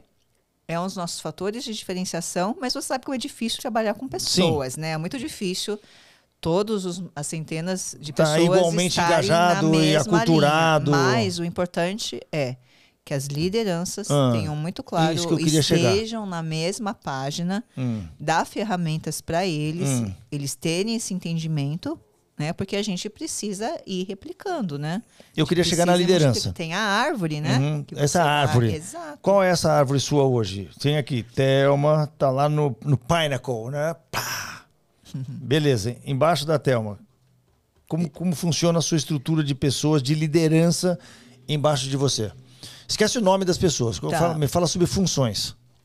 Eu tenho alguém que é crucial, que é responsável pela parte financeira administrativa. Tá. Pode falar, é a Daniela. Você conhece. Sim, né? sim. Ela que cuida de toda, principalmente a parte de maior responsabilidade, né? Quando a gente tem que falar com a contabilidade, tem que falar com o sindicato, com o escritório de advocacia. No administrativo financeiro geral, aquele chapéuzão. Não, assim, mas ela está acima porque depois dela tem os responsáveis, né? Um só administrativo, um só sobre financeiro. Tá, mas imediatamente é você. É a Daniela, é o financeiro, tá? Isso. Depois tem o Cazu. Tá, que faz o quê? Qual é o papel dele? Ele cuida de todos esses processos, cuida desse operacional, né? Cuida do CMV, cuida compras estratégicas e projetos novos. Mas ele não é operacional cozinha e serviço? Não. Ele é o operacional back? Sim. Ele que faz toda essa parte que é o que dá a Sim, diferença. Porque tá ali no front. Tá ali no front, né? Porque um trabalho foi feito lá atrás. Sim, o segredo tá ali atrás, né? Tá, então vamos lá. Dani, Cazu, bem administrado que mais? lá atrás, né? Aí eu tenho a minha chefe executiva da parte da cozinha, que é a Patrícia. Né? Assim, a cozinha hoje... O que eu menos faço hoje em dia é cozinhar. Infelizmente. Eu às vezes fico procurando desculpa, por isso que eu vou muito em evento. Porque eu gosto de cozinhar. Porque nos eventos eu acabo tendo que cozinhar, graças a Deus. Para quem gosta de cozinhar, é uma desgraça, né? Isso, quando você acaba sendo afastada da função de cozinhar, né? Sim, porque assim... A vida te afasta, né? A vida me afasta, porque eu passei, sei lá, 10, 12 anos, 15 anos, direto na cozinha. Primeiro a chegar, abria a casa e fechava a casa. E ficava lá, enfurnada ou na cozinha ou quando e alguém tava achou na que cozinha. você levava jeito para outras coisas e te tirou e você acabou saindo E da quando cozinha. eu não estava na cozinha, eu estava cuidando do administrativo. Você não tem noção. O Aizomê abriu em 2007, em 2012 eu estava sozinha. Uma mulher, sozinha com o restaurante japonês. Mas e o seu marido não cuidava dessa parte? Não, meu marido chegou depois. O ex-marido chegou depois. Ah, chegou depois? Ele não chegou no começo, não? Quando a gente... Ah, eu pensava que ele estava desde o começo. Quando a gente ia assumir a Japan House, aí falou, não... Agora sim. Mas mesmo assim, quando ele chegou, foi para cuidar só da parte... Ele não era da parte operacional, não, cozinha, nada disso. Administrativo financeiro. Tá. Aí você delegou para ele. Não, mas então calma, vamos voltar. Então tem a chefe executiva, né, Lúcia? A Patrícia. É Patrícia. E a... Não, mas a Patrícia faz o quê? Minha chefe executiva da cozinha. Ela cuida de todos os processos da cozinha, supervisiona de todas as cozinhas do Aizomê. Tá. Na paralela dela, então, do lado dela, quem tem? Temos aqui financeiro... Isso. Operação de back, que é o Cazu. Chefe executivo cuida da cozinha de todas as casas. Tem o chefe executivo da parte de sushi. Que é paralelo a ela? Sim. Ou embaixo dela? Não, tá junto. Tá. São departamentos diferentes. Tá. Porque são processos diferentes, tá. A gente tem que ter... Mas é interessante entender essa organização, como ela funciona. Porque às vezes você tem um chefe para tudo e aí vai... Sim, porque normalmente restaurante japonês tem o quê? Pode ter um chefe executivo ou um chefe maior, mas assim, o foco sempre é sushi. A cozinha fica delegada. Aí você deu a ali, mesma né? importância, digamos, Sim, porque no organograma. Essa é a diferenciação do Aizomê. Tá. Né? A gente tem sushi, mas o mais importante que o sushi... é cozinha. A diferenciação do Aizomê é a cozinha. Eu sou cozinheira. Eu não sou sushi shokunin. As pessoas confundem. Gente, eu não faço sushi. Não é por conta do assunto da mãozinha lá, não, né? Não, eu Isso até... é lenda, né? Eu faço sushi, posso fazer sushi. É lenda essa parada da mãozinha da mulher, que é ruim pra fazer sushi? É lenda, imagina. É ruim por quê mesmo? Porque a mão esquenta, é isso? Mas é o contrário. Vai, mulheres, a gente tem as mãos frias, tem as extremidades mais frias. É quente, isso é fisiológico. É fisiológico. As mulheres têm as extremidades mais frias. Não falo que são todas, 100%, mas a maioria tem as extremidades mais frias. Tá? Mas não é por isso. Eu já dei aula, já treinei, né? Entendo de sushi. Tanto que semana passada eu fui juíza no Campeonato Brasileiro de Sushi, o Sushi Cup, que elegeu quem vai representar o Brasil em Tóquio no que vem. Ah, que legal. Então, assim, só que eu não me especializei em sushi. Eu quis me especializar nos outros, sei lá, 90% da culinária japonesa que ninguém fala, que é uma grande diversidade, é uma grande riqueza. E nesse caso lá, quem toca essa é a Patrícia. E aí você tem o chefe de sushi. E depois, continuando na linha aqui. O chefe de sushi e também cuida uma parte dos eventos, né? Que é o Yukio, o chefe Yukio, que é também professor de sushi. E eu tenho a Laís, que cuida de toda a parte dos eventos, que hoje é um braço muito importante nosso. E eu tenho o Rafael Aoki, que além de cuidar da confeitaria, é meu chefe executivo da parte da confeitaria, faz toda a parte criativa, mas principalmente, ainda mais com as ferramentas, o treinamento, né, que a Academia do Polite tem dado, ele desenvolveu muito rapidamente essa parte administrativa, essa parte executiva, né, todo esse back. Saber fazer conta também. Conta. Isso foi o crucial. A gente mudou muitas coisas dentro da confeitaria, né, e fez a virada dela. E eu falei, no café a gente conseguiu triplicar o faturamento do café. Não é vendendo mais café, mas junto com o café vai uma sobremesa, as pessoas levam uma caixinha de bombom para casa, como lembrança. Isso é expertise que você vai adquirindo, né? Sim, o upsell, é o marketing, é vendas. Vendo o que vende, o que não vende já tira do cardápio, o que tem CMV muito alto, a margem baixa. E o Rafa, ele tem esse domínio dessas ferramentas. Essas ferramentas e tem a parte criativa, então assim... Ou seja, é um cara super completo. Exato. Essa sobremesa é linda, vende, só que a margem dela é pequena. Vamos substituir, né, sem perder qualidade, ou vamos mudar um pouquinho. Sim, é a tal da engenharia de cardápio, né? Exato. Então é isso que a gente precisa. Então né? você tem 1, 2, 3, 4, 5, 6. São 6 pessoas chaves, é isso? A Laís, o Yukio, a Patrícia, o Kazu, a Dani e o Rafa, é isso? Isso. Esse é seu time de... Então... E aí eu tenho o Eduardo, que cuida tanto da parte de serviço, salão, quanto tá muito junto ali no delivery acompanhando, né? Tá. Então, assim, eu tenho todas as áreas cobertas com responsáveis e são eles que precisam tem que estar muito alinhado para estrategicamente tudo funcionar e sem depender de mim. E aí que entra a cultura, principalmente para esses 1, 2, 3, 4, 5, 6, 7. Para essas 7 pessoas da liderança logo embaixo de você, esse é o seu foco, de transmitir essa cultura mais para eles do que para as outras pessoas, obviamente. Né? Sim, para todo mundo. Queira ou não, você consegue momentos em que você consegue transmitir diretamente para todo mundo essa visão da diferenciação? Eu já tive mais. Mas queira ou não, quando a gente está nos eventos, a gente está, né, num momento ali fora do restaurante, fora da correria, porque você viu a guerra que é a operação todo dia do restaurante, né? E na confeitaria também, do outro lado da rua. Sim, a gente consegue trocar ideias, né? Volte e meia eu dou carona para alguém, eu adoro dirigir. A gente vai para cima e para baixo, né? Costumo dar carona para alguém. São os momentos que eu consigo trocar ideia, né? Puxar alguém ali. Eu falo muito para o público em geral também. Dou muitas palestras, dou muitas aulas também. Então, queira ou não, é um conteúdo que a galera também absorve. Sim, muitas pessoas falam, eu já te seguia, né? Vi muita coisa sua no YouTube, nas redes, fui assistir sua palestra. Então as pessoas acompanham, seja da minha equipe ou não. Você valoriza esse assunto para a gente entrar um pouco nessa questão do marketing? A gente estava falando das diferenciações, mas a gente já notou um monte de coisas de diferenciação aqui que eu já me perdi, mas a culinária tradicional, a curadoria dos dos insumos, a questão da cultura, dos desperdícios, da integralidade do aproveitamento integral das coisas todas. A gente falou, isso tudo são diferenciais do seu negócio. Que a gente começou a falar de marketing. Deixa eu te perguntar uma outra coisa relacionada a marketing também. Você é super ativo, a gente falou nos eventos, nas redes sociais. Você falou, pô, é legal eu ser ativo nas redes sociais, porque o que eu estou falando nas palestras e nas redes sociais também reverbera internamente. É uma maneira de você difundir a cultura para... Mas não é só marketing, é questão de responsabilidade. Porque eu senti muito, quando eu era invisível, de minha voz não tem uma reverberação. Não ser notada, exato. E hoje que eu tenho essa visibilidade, eu sinto...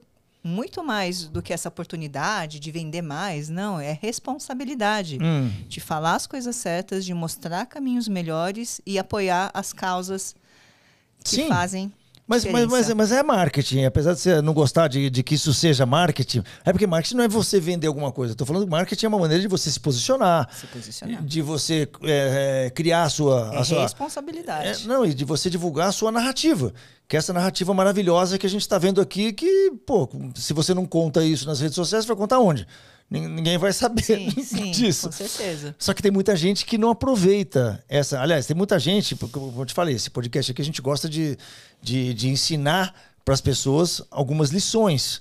Por isso que a gente traz empresários como você, que tenham uma lição para ensinar.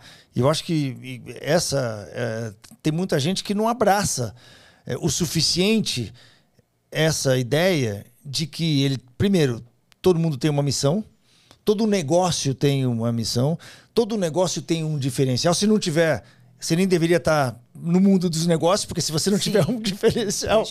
não tiver estratégia, né? Não é importante. Tiver atento para manter a sustentabilidade. Mas eu digo assim, de você ir para as redes sociais e contar essa história. Não é que você está indo para as redes sociais para vender, ou vai ser aquele chato que vai ficar falando do meu produto, ou usar o Instagram como uma vitrine do seu restaurante. Não. Eu chamo essa estratégia de building public. Eu adoro essa nomenclatura. Building public. Building public. É aquilo que você está construindo, que é uma história maravilhosa, e que você está em plena construção. Você vai abrir um negócio agora que você vai concatenar tudo isso que você está... o Aizomê Saúde. Você vê. E saúde não é só por causa da localização geográfica. Eu falei que era Aizomê Jardins, Aizomê Japan House, agora vai ter Aizomê Saúde. Então, olha que legal. Saúde é onde eu morei por 30 anos. Onde eu criei as minhas filhas. É o bairro hoje com o maior número de descendentes japoneses. Tem escolas, tem mercearias, tem a maior feira de rua, com muitas peixarias e bancas de japoneses, de verduras. É muito bacana. Mas você está querendo dizer que não é só... e o próximo mais saúde do bairro. Lá. Sim, não é só saúde de bairro, é saúde de saúde, de saúde. Health. A diferenciação lá vai ser o foco num cardápio mais saudável. Porque ele faz parte de um empreendimento da construtora Matsushita, que é voltado para a melhor idade. Economia prateada. A gente está perdendo muito tempo em não olhar para esse público. O Brasil já inverteu a pirâmide etária. Que é um público que tem muito a falar.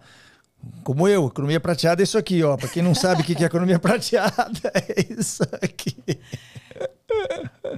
Mas é um público... Nós, né? Você ia falar assim, nós, né? Mas você não tem, né? Você não é economia prateada. Tenho. Mas que legal esse projeto da saúde com dois significados diferentes. Muito interessante. Isso é muito legal. E você vê, isso é uma narrativa que se você não contar, se você não estiver presente nos eventos, nas redes sociais, quer dizer, é uma maneira que você tem de estar se comunicando não só com a sua liderança imediata, mas com todo mundo que está abaixo dessa liderança e com todo mundo que vai escutar a sua história. Sim, mas é maravilhoso isso, mas tem gente que não faz, né? Sim, mas o Aizomê Saúde é uma visão de futuro, é estar antenado e estar participando dos movimentos. Você não sabia que estava dentro de um empreendimento ligado a isso. E é uma oportunidade do Aizomê exercer toda essa adaptabilidade, essa flexibilidade e essas pesquisas para estar fazendo receitas, né? Porque com certeza eu vou ter um público com muitas restrições dietéticas. E aí você já está nesse rolê, já está nessa função de estar criando tudo isso, tá? Sim, com uma visão pesquisando nutricional mesmo. E aí você que está se dedicando a esse projeto, mesmo? Sim, e aí você me pergunta, mas o que essas suas vivências anteriores trazem? Trazem tudo. Imagina, na faculdade de medicina, eu tive que pesquisar, estudar, né? Sobre fisiologia, nutrição, dietética. Então, a tudo moda conta. você não vai usar muito, Lógico ou vai que eu usar? uso. Na estética, né? Pergunta o nome aisomê, o que significa. Você já fez essa pergunta para mim. Eu lembro que você já me falou. Peraí, alguma coisa com roupa, com tingimento. Exato, tingimento que é isso? com índigo. A aisomê é a técnica milenar japonesa de você tingir com índigo. A plantinha que dá a tinta azul. É uma técnica milenar no Japão. A verdadeira cor do Japão, qual que é? Vermelho, né? Todo mundo fala branco e vermelho, porque a primeira coisa que vem na cabeça é a bandeira mas qual é a cor japonesa. Do Japão? É azul. É azul? Por quê? Tanto que se você vê os por causa uniformes por causa da disso? seleção, Por causa do índigo? Se você vê o uniforme da seleção japonesa, é azul. Os samurais utilizavam as roupas tingidas de índigo por baixo das armaduras, porque deixava o tecido resistente, tem propriedades antimicrobianas, curativas, antissépticas. Então, tem toda uma história sobre isso. E quando eu trabalhava com moda, uma das coleções que eu comecei a desenhar, mas não cheguei a lançar, era sobre o índigo japonês. Então, isso que eu não usei nessa pesquisa anterior na moda, eu apliquei quando eu tinha que pensar no restaurante. E lá na saúde os caras vão estar todos vestidos de jeans? Se você olhar o uniforme do aisomê, o avental é sempre jeans. Se você olhar as cortinas, os noréns, né? Se você olhar os porta-copos, já é sempre nossa. tecido azul, de índigo. E aí você vai usar toda essa pesquisa que você fez? Todas essas referências, sim. Tanto referência da saúde, na sua época de medicina, nas receitas ligadas a isso. Os fornecedores provavelmente também vão estar embarcados nessa... Sim. Nossa, que projeto legal, hein? Tudo conecta. Tudo tem que fazer sentido. Tudo tem que fazer parte da sua narrativa, desde que você tenha muito claro o conceito, a cultura e você tenha essa coerência. É assim que você constrói reputação e é assim que você fica aí por quase 20 anos no Brasil, com o Desafio Brasil, né? E assim que a gente vai construindo o império. E sempre crescendo Shimizu. E buscando melhorar, né? O nosso Kaizen. Que legal. Nossa, essa história é muito legal. E vocês estão num caminho maravilhoso, porque além disso, além de ter... O que eu mais admiro é que você é uma pessoa que já chegou numa posição de reputação, enfim, de várias coisas. E eu sou testemunha em primeira mão disso, que você continua buscando aprendizado. É o tal do Kaizen. Você continua... Tem muita gente que é arrogante no ponto de falar assim, não, se eu já atingi esse ponto de ter isso, de ter esse reconhecimento, de ser considerado não sei o quê, de ter 5 negócios, de ter ligado vários motores. Acabou não. Eu já tenho, eu tô mais para ensinar do que para aprender. Você, não só você, mas a sua equipe inteira. Eles são consumidores ávidos de conhecimento. É uma loucura. Isso é muito legal. Você que está escutando a gente aí, você devia estar se mirando. Você tinha que escrever um livro sobre esse assunto. Projeto futuro. Projeto para futuro. Vamos escrever esse livro juntos. Você acha que não está no radar? Mas é para futuro, porque eu ainda acho que eu não fiz construir o seio suficiente para ter um livro. Mas está no caminho, está lá, né? É um sonho, Vamos porque fazer. Lógico, eu sou fanática do livro. Eu falei, minha primeira paixão são livros. Então, sim, a maior realização da minha vida é um dia ter um livro. Vamos. Mas eu ainda estou no caminho. Isso é filosofia japonesa, sabe? O que é importante não é chegar lá, porque você nunca vai chegar lá. É sempre estar caminhando. O caminho é importante. Sim, o caminho sempre avançando. Não é o destino, passo não é a passo. O destino você tem que saber para onde você quer ir. Exato. Mas você tem que ter a direção. Mas é o passo a passo, cada dia você superar e dar um passo à frente. Que legal. E eu falo, né? Para frente e para cima. Para frente e para cima. Porque senão, se você para ali, a tendência é ficar estagnado e o perigo muito bom. É ir para baixo. Então, eu fico muito honrado de poder participar dessa jornada, estar testemunhando em primeira mão tudo isso que vocês estão construindo. É muito bacana, muito inspirador. Tenho certeza que a galera pirou nessas histórias. Tem muito ensinamento para todo mundo, essa questão de cultura, de hospitalidade, que a gente nem falou tanto sobre, né, a questão da hospitalidade. Porque tem uma cultura japonesa específica para hospitalidade, que é omotenashi.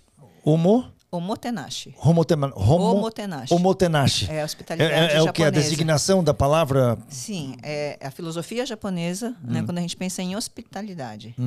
Que é você realmente ter a intenção, pensar, fazer realmente com intenção, com coração, sabe? De receber bem, tirar o foco de você, né? Mas olhar sempre o outro. No caso, o outro pode ser o seu cliente, pode ser... Seu funcionário? Exato, pode ser seu colega de trabalho, pode ser a sua comunidade, alguém com quem você encontra na rua, a sua família, né? É isso. Você sempre está olhando o outro. Né? E fazer isso de forma... Porque fica automático, sabe? Essa visão.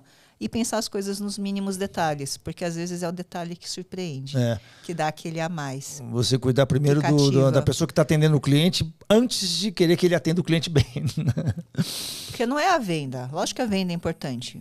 Mas se você tem isso, né? A gente chama kokoro, esse sentimento, e faz isso de forma mais espontânea, de kokoro coração. É o quê? Sentimento do quê? Kokoro? É o sentimento, é o coração. Né? É natural, é automático, é espontâneo, é verdadeiro. Essa é a diferença. Muito bom. Você está de parabéns. Estou impressionadíssimo. Vamos escrever esse livro. Vou arrumar um editor para você.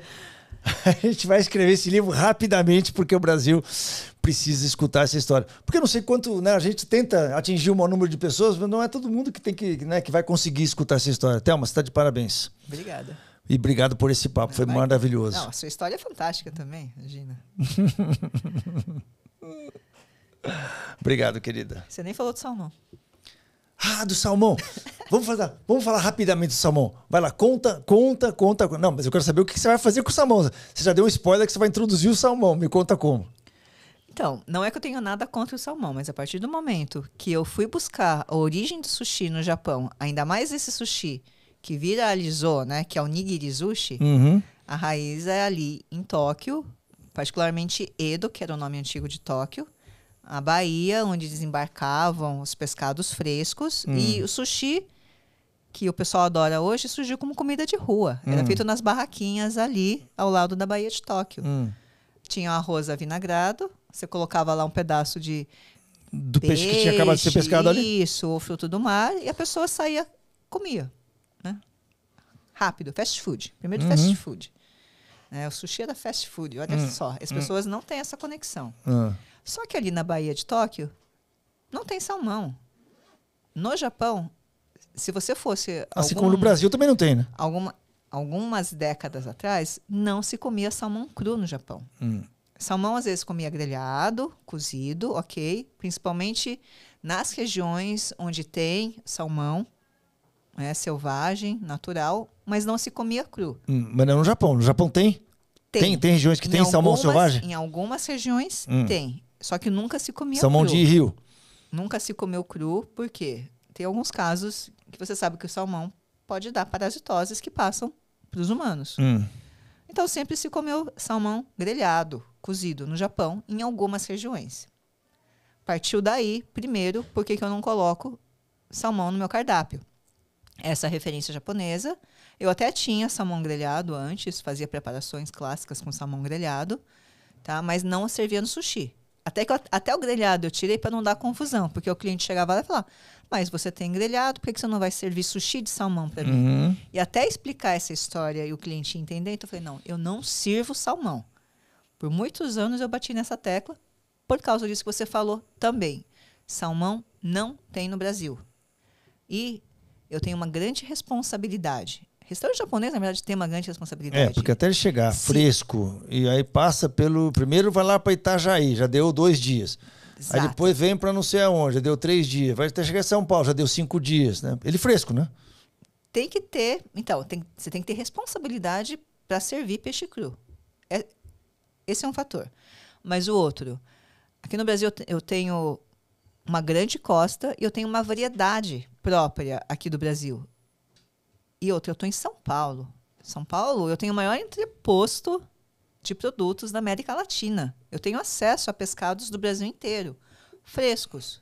Tá? Por mais que a gente tenha desafio logístico do Brasil, eu tenho esse acesso. Então, não fazia sentido para mim, em vez de trabalhar os pescados locais, ter que usar salmão que era de cativeiro do Chile. E até há poucos anos atrás, era toda blindada a produção chilena. Você não tinha acesso às informações de como era feito ali no Chile. Como eles se alimentavam. Impacto ambiental e todas as questões, né, ali envolvidas no cultivo desse salmão. E eu tinha também a responsabilidade de falar sobre essa cadeia do pescado no Brasil, falar sobre épocas de defeso, porque nem todos os peixes você pode consumir o tempo todo. O tempo todo. Você tem que respeitar as épocas de procriação, tem as espécies ameaçadas. Você tem que ter uma sustentabilidade disso também. E, particularmente, os restaurantes japoneses foram os que, digamos, fez com que aumentasse o consumo de pescados no Brasil. Muito. Aumentou a demanda. Só que eu tenho que falar sobre todas essas questões também. Então, é o que eu falei, sobre responsabilidade. Mas e o spoiler do salmão que você vai introduzir, de que maneira? Finalmente, vai chegar um salmão com todos os certificados, desde a origem, de sustentabilidade, sem sofrimento animal. Né? Então, da onde? Do Chile? Do Chile e da Patagônia.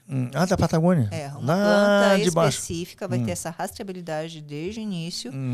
E aí faz sentido, sabe? Porque essas pessoas querem tanto comer salmão, e a partir do momento que tem uma primeira iniciativa de fazer um salmão sustentável, exato, eu tenho que apoiar essa causa. Da mesma forma que eu apoiei a causa, né, quando começou o movimento pelo pirarucu selvagem de manejo sustentável da Amazônia.